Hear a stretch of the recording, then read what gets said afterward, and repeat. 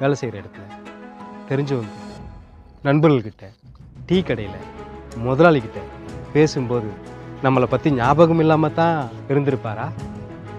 எங்கெங்கே காசு கேட்டிருப்பார்? இந்த வேலையை செஞ்சால் தான் பணம் கிடைக்கும்னா அந்த வேலையை எவ்வளோ வேகமாக செஞ்சுருப்பார்? சொன்ன பணம் கொடுக்கறதுக்கு முதலாளி கொஞ்சம் தாமதமாச்சுன்னா எவ்வளோ மனப்புழுக்கத்தில் முதலாளி முன்னாடி நின்று இருப்பார். சொன்ன பணத்தை விட கொஞ்சம் குறைவாக கொடுத்தா இந்த பணம் பத்தாதுங்க, இன்னும் கொஞ்சம் கூடுதலாக பணம் கொடுங்க, அடுத்த வேலையில் கழிச்சிக்கலான்னு எந்த மாதிரியான வார்த்தைகளை பயன்படுத்தி அங்கே கேட்டிருப்பார்? எப்படியெல்லாம் முதலாளி முன்னாடி நின்று இருப்பார்? அந்த பணத்தை கொண்டு வந்து அம்மாவிடம் கொடுப்பது மட்டும்தான் நமக்கு தெரியும். ஆனால் அந்த உழைப்பு எப்படி இருக்கும், அப்பாவின் அந்த உழைப்பு எப்படி இருக்கும்னு கவிஞர் நா. முத்துக்குமாருக்கு நல்லாவே தெரிஞ்சதால தான் சரணத்தில் இப்படி எழுத முடிஞ்சிருக்கு. கண்டிப்பிலும் தண்டிப்பிலும் கொதித்திடும் உன்முகம்.